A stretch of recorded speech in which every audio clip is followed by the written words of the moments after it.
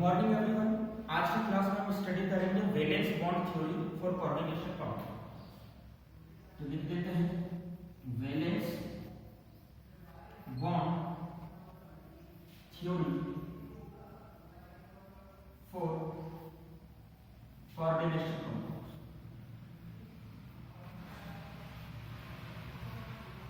Frame के बाहर तो नहीं है।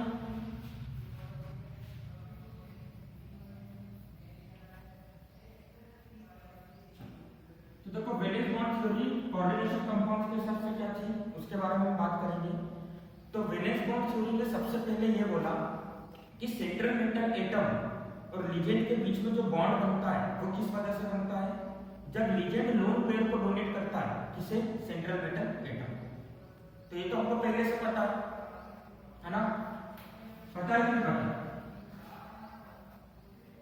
Bond between central metal atom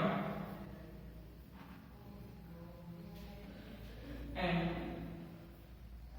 ligand is formed by donation of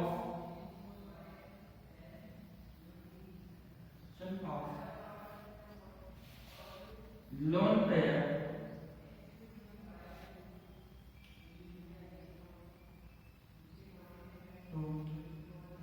है ना।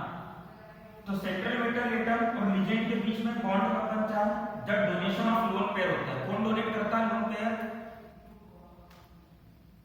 जल्दी बताओ। लोन पेयर है ना। तो पहला पॉइंट हम क्या लिखेंगे, bond between central metal atom and ligand is formed by donation of lone pair by ligand to central metal atom, central metal atom। तो जो बॉन्ड होगा, ठीक है, सेंट्रल मेटल एटम और लिगेंड के बीच में जो बनेगा, due to the donation of, इसको बाई की जगह से दो बार बाई करेंगे, due to the donation of lone pair by ligand to central metal atom. तो सबको पता है कोऑर्डिनेट बॉन्ड हमने जब पढ़ा था तो उसके अंदर हमने देखा था लिगेंड के पास में क्या होंगे, लोन पेयर होंगे। सेंट्रल मेटल एटम के पास में क्या होगा, है ना, वैकेंट डी ऑर्बिटल होगा। डी ऑर्बिटल इसका खाली होगा, जिसके अंदर क्या होगा, ये लोन पेयर ये इसको डोनेट कर देगा और अल्टीमेटली बाद में कौन सा बॉन्ड बन जाएगा, कोऑर्डिनेट बॉन्ड बन जाएगा। क्लियर है, याद आया, चैप्टर के स्टार्टिंग में पढ़ा था डेवलपमेंट करने, लिख लो उसको, है ना। अच्छा, क्या हर बार वैकेंट डी ऑर्बिटल होना पॉसिबल है, सोच के बताओ, है ना। देखो कई बार क्या होगा, वैकेंट डी ऑर्बिटल पूरी तरीके से नहीं मिलेंगे हमको, तो उस केस में क्या होगा, सेंट्रल मेटल एटम के पास में जो वैकेंट डी ऑर्बिटल नहीं है, पार्शियली फिल्ड ऑर्बिटल है, उसमें से इलेक्ट्रॉन जंप होकर कहां जाएगा, दूसरे पार्शियली फिल्ड ऑर्बिटल में, ताकि क्या करा सके, ऑर्बिटल को खाली करा सके। तो पहले तो सेकंड पॉइंट बिल्कुल होगी इंपॉर्टेंट है। और सेकंड पॉइंट क्या है, central metal atom must have vacant orbitals to accommodate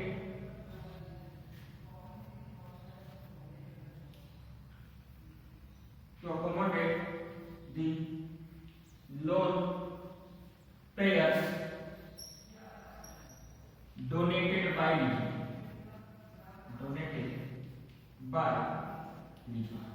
तो सेंट्रल मेटल एटम के पास क्या होना चाहिए, लोन पेयर होना, है ना। सेंट्रल मेटल एटम के पास में क्या होना चाहिए, वैकेंट ऑर्बिटल होना चाहिए, ताकि वो किसको जगह दे सके, अकोमोडेट मतलब जगह दे पाए, किसको जगह दे सके, जो लोन पेयर किसने डोनेट करे, किसने डोनेट करे, लोन पेयर लिगेंड, है ना। अगर सेंट्रल मेटल एटम के पास जगह ही नहीं होगी लोन पेयर को रखने होने के लिए तो क्या बॉन्ड बनेगा, सोच के बताओ, क्या बॉन्ड बनेगा? अगर वेकेंट डी ऑर्बिटल लिखे हुए हैं तो कोऑर्डिनेट बॉन्ड बनेगा क्या, है ना। तीसरा पॉइंट लिखो, कई बार क्या होगा, तो देखो समटाइम्स, इसको हम एग्जांपल के थ्रू समझेंगे आगे चलकर, अभी लिख लो sometimes n-1d unpaired electrons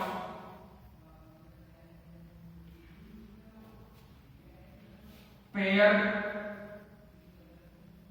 up with each other to form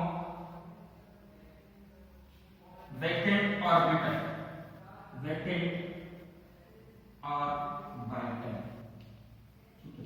कई बार क्या होगा, n-1d ऑर्बिटल जो है मतलब वैलेंस शेल के जस्ट पहले वाला, जिसको हम पेनल्टीमेट शेल बोलते हैं, ठीक है, उसके अनपेयर्ड इलेक्ट्रॉन आपस में क्या कर लेंगे, पेयरिंग कर लेंगे एक दूसरे के साथ में, क्यों, वेकेंट ऑर्बिटल बनाने के लिए, टू फॉर्म वेकेंट ऑर्बिटल, है ना। तो इसको हम एग्जांपल के थ्रू समझते हैं। देखो ऊपर इसका एग्जांपल दे रहा हूं, जैसे हम आयरन की बात करते हैं तो आयरन का एटॉमिक नंबर क्या होता है, 26, मतलब अगर आप इलेक्ट्रॉनिक कॉन्फ़िगरेशन लिखने जाओगे तो आर्गन 18 तक तो आप जैसे लिखोगे, फिर क्या लिखोगे आप, 18 के बाद 4s2 और फिर क्या लिखोगे आप, 3d6, ऐसा लिखोगे। आयरन का एटॉमिक नंबर 26, देखो यहां तक 18 टू 20 26, ये वापस से बता दूंगा मैं, जिसको नहीं समझ में आ रहा मत टेंशन, अभी जो मैं लिख रहा हूं उसके ऊपर है, ठीक है। तो आर्गन 3d6 अरेंज करके लिख दिया, 3 वाले को पहले लिखा, 4s वाले को मैंने क्या लिखा बाद में। अब एक चीज याद करो, अपन क्वांटम नंबर पढ़ते थे, तो क्वांटम नंबर के अंदर एक ऑर्बिटल वाला क्वांटम नंबर होता था जिसको हम बोलते थे n, n का फार्मूला होता था 0 से n-1, तो यहाँ पर 0 से n-1 मतलब 0 से 3, तो 4 n इक्वल्स टू 4 में n की वैल्यू क्या क्या है, एक वैल्यू 0 है, एक 1 है, एक 2 है, एक 3, मतलब 4 वाले ऑर्बिटल में, 4 वाले शेल में s ऑर्बिटल भी होगा, p ऑर्बिटल भी होगा और d ऑर्बिटल भी होगा।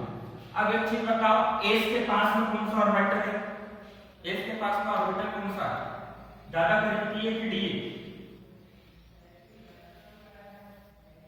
ज्यादा क्लोज कौन सा ऑर्बिटल है इसके पास में, अरे इसके बाद क्या आ रहा है, p आ रहा है, तो यहाँ पर क्या मिलेगा हमको, वेकेंट p ऑर्बिटल मिल जाएगा। अब देखो मान लो इसके पास में, आयरन के पास में, जैसे हम एग्जांपल देखते हैं AgCN6, मतलब आयरन के पास में कितने लिगेंड आने वाले होते हैं, कितने लिगेंड आने वाले होते हैं, 6। तो देखो ये जो, हाँ ये जो d ऑर्बिटल होता है इसके अंदर 6 इलेक्ट्रॉन है, अभी पहले तो 1 2 3 4, तो 1 2 3 4 5 और 6, 4s2 के पास में क्या है, 4s2 के पास में भी क्या है, 2 इलेक्ट्रॉन है, और 4p के पास में क्या है, 3 इलेक्ट्रॉन है, 4p के पास में सॉरी 1 इलेक्ट्रॉन है ना। तो देखो यहां से क्या होगा, जैसे Cn इसके पास पहुंचेगा, Cn कैसा लिगेंड होता है, अभी वैलेंस बॉन्ड थ्योरी बताइए कि लिगेंड 3 टाइप के होते हैं, स्ट्रॉन्ग लिगेंड, वीक लिगेंड और एवरेज लिगेंड। तो स्ट्रॉन्ग लिगेंड क्या करता है, ये जो अकेले इलेक्ट्रॉन दिख रहे हैं इनको रिपेल करेगा, रिपेल करके क्या करा देगा, भगा देगा यहां से। तो स्ट्रॉन्ग लिगेंड जैसे Cn यहां पर आएगा, यहां पर आएगा, यहां पर आएगा, यहां पर आएगा, तो ये वाला इलेक्ट्रॉन उत्तर कहां पर आ गया, यहां पर, ये वाला इलेक्ट्रॉन यहां पर आ गया और ये वाला इलेक्ट्रॉन यहां पर आ गया, और इन दो में से एक इलेक्ट्रॉन कहां पर आ गया, यहां पर आ गया, ठीक है। तो अब देखो इन दो में से एक इलेक्ट्रॉन यहां पर आ गया और एक इलेक्ट्रॉन यहां पर आ गया। अब बताओ वैलेंस बॉन्ड थ्योरी क्या बोलती थी कि वेकेंट ऑर्बिटल चाहिए, तो वेकेंट ऑर्बिटल के लिए ये दोनों भी क्या कर लेंगे, पेयरिंग कर लेंगे। तो देखो यहाँ पर वेकेंट ऑर्बिटल बन जाएगा 1 2 3 4 एक डी वाला और बन जाएगा। ठीक है, बात समझ में आई। इलेक्ट्रॉन जो था पेयरिंग करके क्या हो जाएगा, तो यहाँ पे 6 इलेक्ट्रॉन थे तो पेयरिंग कर गए, मतलब इलेक्ट्रॉन यहां से ये वाला इलेक्ट्रॉन इधर जंप कर गया, यहां से ये वाला इलेक्ट्रॉन इधर जंप कर गया। क्या प्रोड्यूस करने के लिए, वेकेंट ऑर्बिटल बनाने के लिए। आगे आप हम समझते हैं, अभी के लिए इतना समझिए। वेकेंट ऑर्बिटल बनाने के लिए क्या करेंगे, जंप कर जाएंगे। ठीक है, क्लियर है सबको?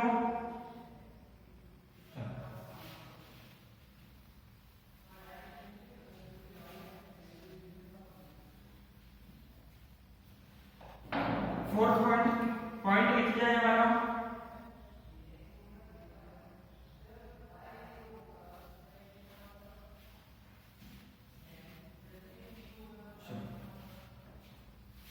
फोर्थ पॉइंट क्या हो जाएगा इसके अंदर, the geometry of coordination compound लिखो, the geometry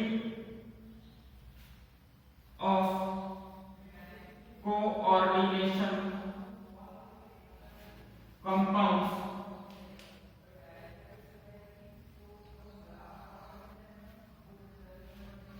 depends upon type of hybridization, depends upon type of hybridization। जो ज्योमेट्री होगी कोऑर्डिनेशन कंपाउंड की वो किसके ऊपर डिपेंड करेगी कि हाइब्रिडाइजेशन कैसा है।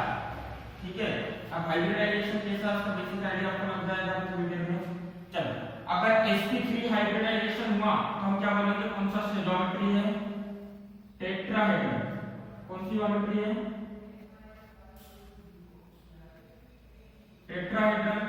ठीक है, d2 sp3 हुआ या sp3 d2 हुआ तो ऐसे केस में क्या बोलेंगे, ज्योमेट्री कैसी है, ऑक्टाहेड्रल। दूसरी चीज, वैलेंस बॉन्ड थ्योरी ने हमको और क्या क्या बताया था, तो वैलेंस बॉन्ड थ्योरी ने हमको मैग्नेटिक मूवमेंट निकालना सिखाया था, है ना। अभी हम निकाल के देखेंगे, मैग्नेटिक मूवमेंट निकालना सिखाया था। मैग्नेटिक मूवमेंट का फार्मूला क्या बताया था, वैलेंस बॉन्ड थ्योरी में square root of n into n+2, जिसमें n क्या होता है आपका अनपेयर्ड इलेक्ट्रॉन। कौन सा इलेक्ट्रॉन होता है, अनपेयर्ड इलेक्ट्रॉन। क्लियर है सबको? यूनिट किसमें है ना, एग्जैक्ट वैल्यू बताइए कि यूनिट आएगी बोर मैग्नेट्रॉन में। अगर एक अनपेयर्ड इलेक्ट्रॉन है तो उसको हम क्या बोलेंगे, देखो अनपेयर्ड इलेक्ट्रॉन होगा तो एक को हम डाईमैग्नेटिक बोलेंगे, एक को पैरामैग्नेटिक बोलेंगे। तो अभी जब हम क्वेश्चन करेंगे तब हम सीखेंगे किसको डाईमैग्नेटिक बोलना है, किसको पैरामैग्नेटिक बोलना है, अभी इतना होगा। ठीक है,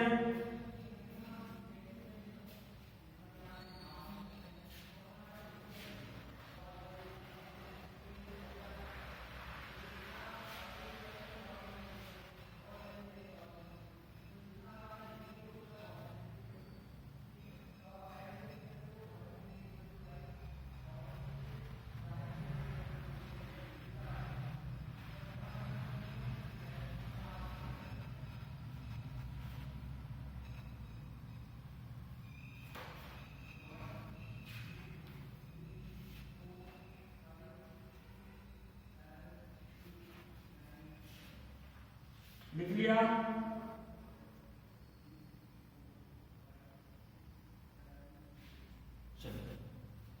अब मेन चीज में से हम फोकस करेंगे कि वैलेंस बॉन्ड थ्योरी के ऊपर लिगेंड को 3 कैटेगरी में डिवाइड करा गया है ना। क्वेश्चन का जो क्वेश्चन करेंगे ना हम, यहाँ से काम में आएगा। ठीक है, ये तो हमने बेसिक पढ़ा है। तो वैलेंस बॉन्ड थ्योरी के हिसाब से लिगेंड को 3 टाइप में डिवाइड करा गया है। अब लिगेंड क्या होता है सबको पता है, लोन पेयर डोनर।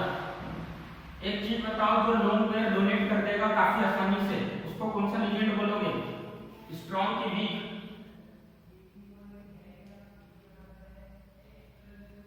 थोड़ा सोच के बोलो। स्ट्रॉन्ग लिगेंड है तो लिगेंड का काम क्या है, लोन पेयर डोनेट करना। तो जितनी जल्दी लोन पेयर डोनेट करेगा अच्छा लिगेंड कहलाएगा कि बुरा लिगेंड कहलाएगा?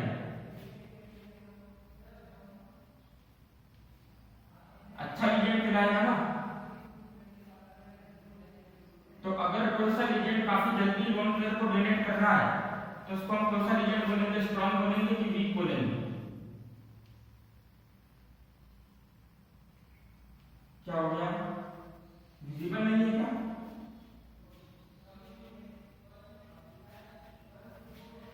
हाँ, स्ट्रॉन्ग रीजन। तो स्ट्रॉन्ग रीजन में बेसिकली कौन कौन से ग्रुप आते हैं? देखो, जिनकी इलेक्ट्रोनेगेटिविटी कम होती है, क्योंकि अगर देखो इलेक्ट्रोनेगेटिविटी मतलब क्या, उसको इलेक्ट्रॉन से अटैचमेंट है, मतलब इलेक्ट्रॉन को इतनी आसानी से डोनेट नहीं करेगा। अगर इलेक्ट्रॉन को आसानी से डोनेट नहीं करेगा तो अच्छा रीजन नहीं है। तो सबको पता होना चाहिए जिसकी इलेक्ट्रोनेगेटिविटी ज्यादा है वो वीक रीजन होंगे। For example fluorine, chlorine, bromine, iodine, ये सब कैसे रीजन होंगे? वीक रीजन होंगे। आगे बात समझिए, स्ट्रॉन्ग रीजन कौन से होंगे? जो काफी आसानी से क्या डोनेट कर दें, लोन पेयर को डोनेट कर दें। तो सबने पढ़ा साइनो ग्रुप, ठीक है, कार्बोनाइल ग्रुप, ये कैसे रीजन है? Strong reason. आगे बात समझिए, अब एवरेज रीजन मतलब कई बार क्या करेंगे, एवरेज रीजन कई बार स्ट्रॉन्ग रीजन के जैसा एक्ट करेंगे और कुछ केसेस में कई बार वीक रीजन के जैसा एक्ट करेंगे। तो एवरेज रीजन कौन कौन से होते हैं? जैसे अमोनिया हो गया, वाटर हो गया, ठीक है, अमोनिया वाटर काफी कॉमन एग्जांपल है इसका, लिख लो उसको और लिख के बता देता हूं। अमोनिया वाटर है ना, HCl ग्रुप,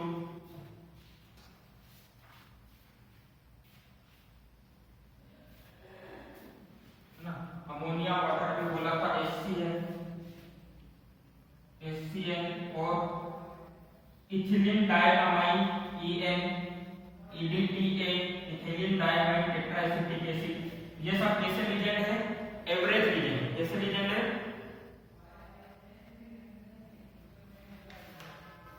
ना? NO2 माइनस भी कैसा रीजन है? Average reason. ये स्ट्रॉन्ग रीजन है और ये कैसे रीजन है? Weak reason. अब एक पॉइंट लिख लो, स्ट्रॉन्ग रीजन हमेशा क्या कराएंगे? पेयरिंग ऑफ इलेक्ट्रॉन कराएंगे। स्ट्रॉन्ग रीजन हमेशा क्या कराएंगे? पेयरिंग ऑफ इलेक्ट्रॉन कराएंगे। क्या कराएंगे? जिसने ये लिख लिया उसका काम बन गया, तुमने पेयरिंग ऑफ इलेक्ट्रॉन करवाएंगे। अगर रीजन स्ट्रॉन्ग है, एक चीज बताओ, रीजन स्ट्रॉन्ग है मतलब काफी जल्दी से काफी स्पीड से किसके पास जाएगा? सेंट्रल मेटल एटम के पास जाएगा। तो उसके पास जितने भी अनपेयर्ड इलेक्ट्रॉन है उनको ज्यादा रिपल्शन देगा। जितना रिपल्शन होगा उतना ज्यादा क्या हो जाएगा? Pairing of electron. क्लियर है सबको? लिख लो उसको।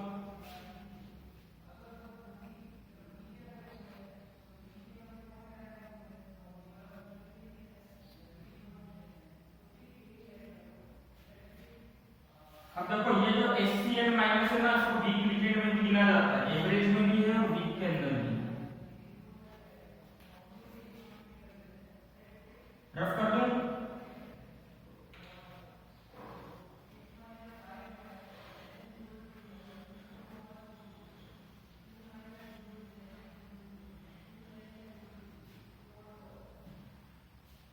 लिख लिया सबने? रफ कर दो। तो ये एवरेज इलेक्ट्रॉन है ना, ये एवरेज रीजन है। तो देखो, स्ट्रॉन्ग रीजन पेयरिंग कराएगा, एवरेज रीजन भी कई बार पेयरिंग कराएगा और कई बार पेयरिंग नहीं कराएगा। जब एवरेज रीजन स्ट्रॉन्ग रीजन के जैसा बिहेव करेगा तब पेयरिंग ऑफ इलेक्ट्रॉन कराएगा। जब एवरेज रीजन वीक रीजन के जैसा बिहेव करेगा तब पेयरिंग ऑफ इलेक्ट्रॉन नहीं कराएगा। तो ये चीज आपको थोड़ा सा ध्यान रखना है।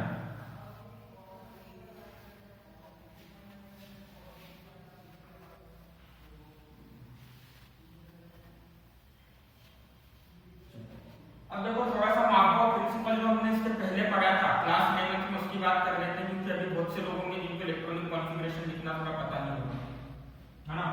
तो उस केस में अपन बात कर लेते हैं। जैसे तो आपका प्रिंसिपल क्या था कि लोअर एनर्जी वाले ऑर्बिटल्स में पहले इलेक्ट्रॉन आपको क्या करना है? फिल करना है। तो याद करो, जैसा डायग्राम था आप लोगों के पास में,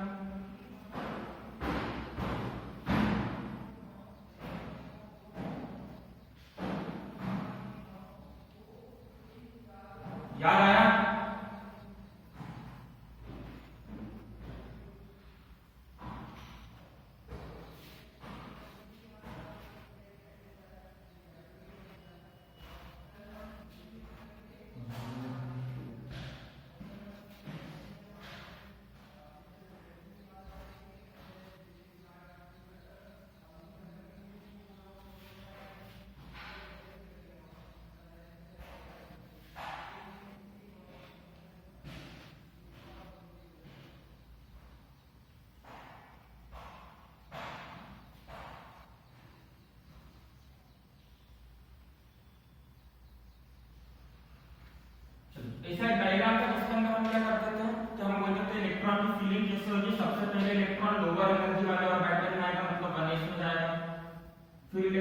2s में जाएगा, फिर इलेक्ट्रॉन 2p और 3s में जाएगा, फिर इलेक्ट्रॉन किस में जाएगा 3p और 4s में जाएगा।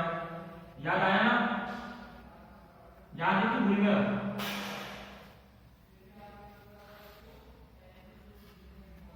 याद है ना? तो देखो अभी इसको खेल लेने वाले 4s में आएगा 5p 6p 7s है ना।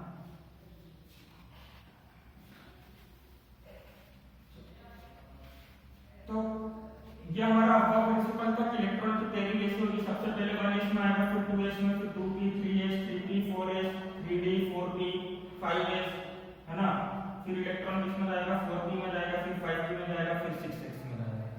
तो ये हमारे इलेक्ट्रॉन की ऐसे पेयरिंग होती थी। और याद करो अभी थोड़े दिन पहले मैंने आपको लिखवाया था डी ब्लॉक एलिमेंट के बारे में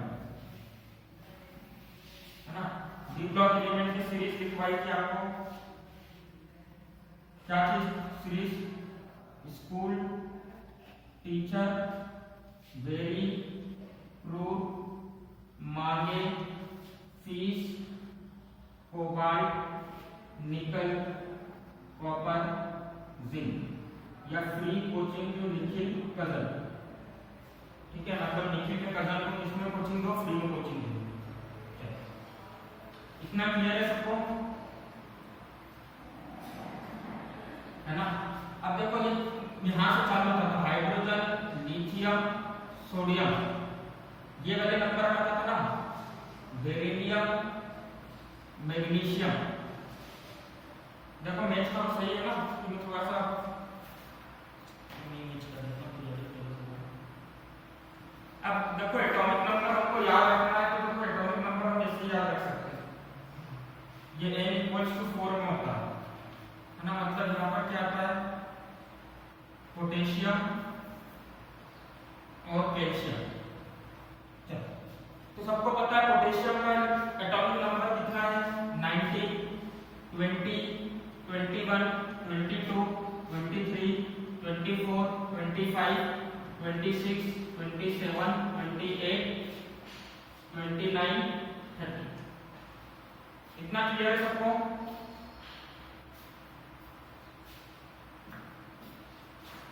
जल्दी बताओ, इतना क्लियर है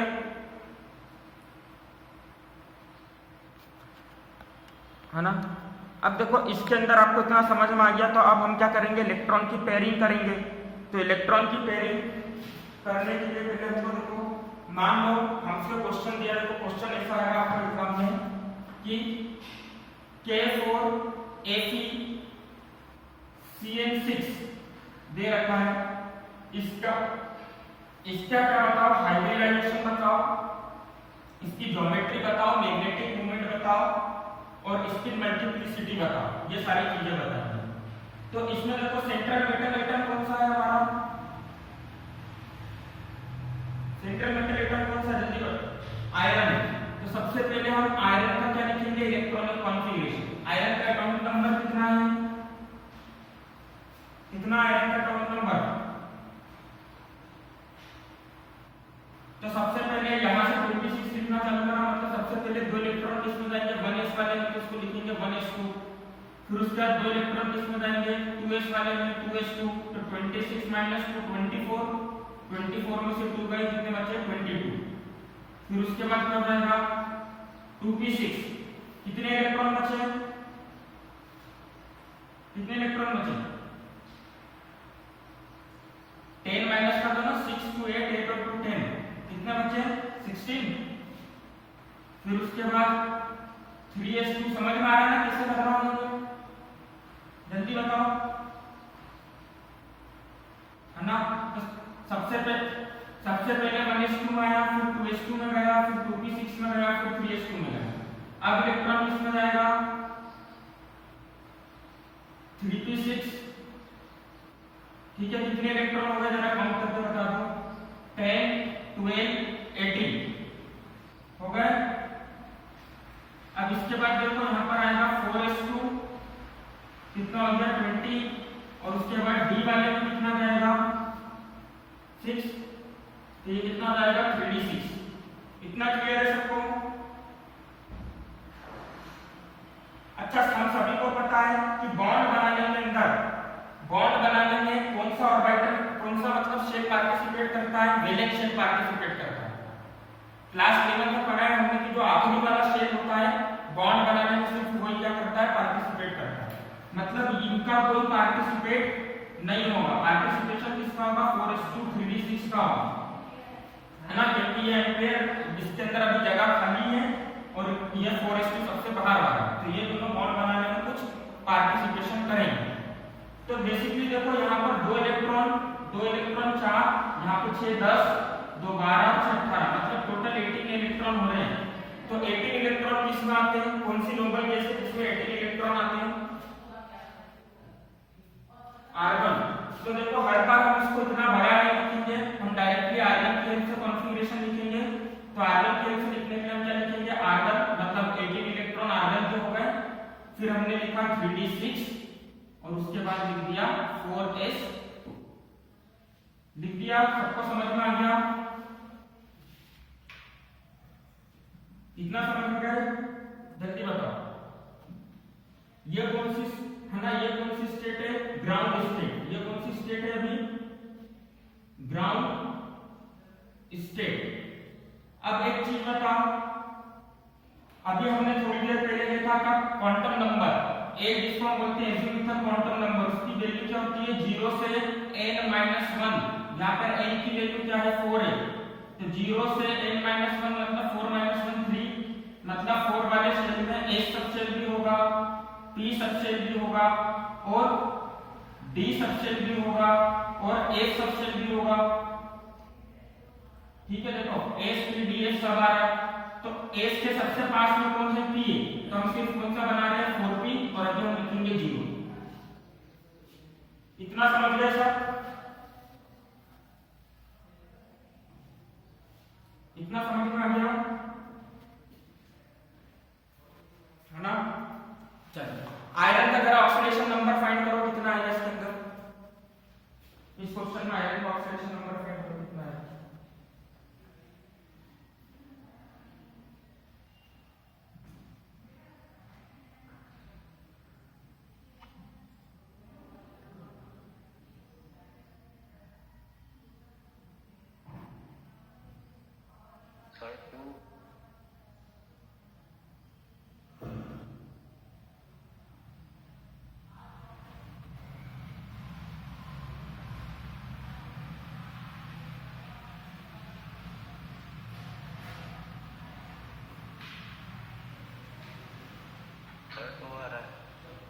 कितना आएगा ऑक्सीडेशन नंबर 2। तो आयरन का ऑक्सीडेशन नंबर 2 है, मतलब आयरन कितने इलेक्ट्रॉन लूज करेगा 2 इलेक्ट्रॉन। तो हम इसको क्या लिख सकते हैं Fe2+, मतलब इसके 2 इलेक्ट्रॉन हटा दो, तो अब कॉन्फ़िगरेशन क्या हो जाएगा, आर्गन 3D6 4s0 4p0। ठीक है, अब हम इसका डायग्राम बनाते हैं, 3D6 का डायग्राम बनाएंगे। तो 3D6 1 2 3 4 4s 4p 1 2 3। चलो 3D के अंदर 6 इलेक्ट्रॉन है, 1 2 3 4 5 और 6। अब देखो कितने Cn आएंगे यहाँ पर, कितने Cn आने वाले, कितने Cn आएंगे 6 Cn आएंगे। तो जैसे ये 6 Cn इसके पास में आएंगे तो यहाँ पर क्या होगा, 6 Cn ये इलेक्ट्रॉन्स को रिपेल करेंगे, मतलब ये वाला इलेक्ट्रॉन यहाँ चला जाएगा और ये वाला इलेक्ट्रॉन यहाँ चला जाएगा। तो अब ऑर्बिटल खाली हो जाएंगे 1 2, यहाँ पर क्या हो गया, ये वाला इलेक्ट्रॉन आ गया तो 1 2 और यहाँ पर क्या हो गया 1 2। 2 ऑर्बिटल इसके खाली है, एक ऑर्बिटल इसका खाली है और 3 ऑर्बिटल इसके खाली है। तो देखो अब हाइब्रिडाइजेशन के अंदर कौन किसकी इंटरमिक्सिंग होगी, इनकी। ये तीन इंटरमिक्स होकर नया ऑर्बिटल बनाएंगे इक्वल एनर्जी वाले, तो हाइब्रिडाइजेशन क्या हो जाएगा D2sp3। क्या हो गया हाइब्रिडाइजेशन D2sp3। क्लियर है सबको, सबको समझ में आ गया हाइब्रिडाइजेशन, है ना। तो हाइब्रिडाइजेशन हो गया D2sp3। अब मैग्नेटिक मोमेंट कैसे निकालना है वो सब हम देखेंगे। तो देखो मैग्नेटिक मोमेंट अनपेयर्ड इलेक्ट्रॉन के ऊपर डिपेंड करती थी, number of unpaired electron n into n plus 2, तो यहाँ पर n into n plus 2 unpaired electron तो एक भी नहीं है, तो मैग्नेटिक मोमेंट कितनी हो जाएगी 0 into 0 plus 2 का स्क्वायर रूट कितनी हो गई, मैग्नेटिक मोमेंट कितनी आई 0 आई।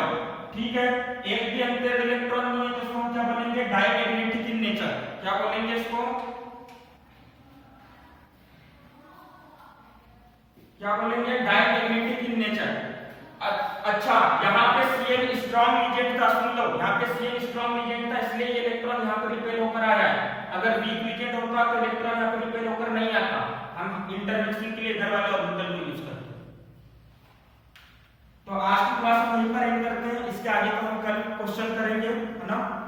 Bye everyone, have a good day.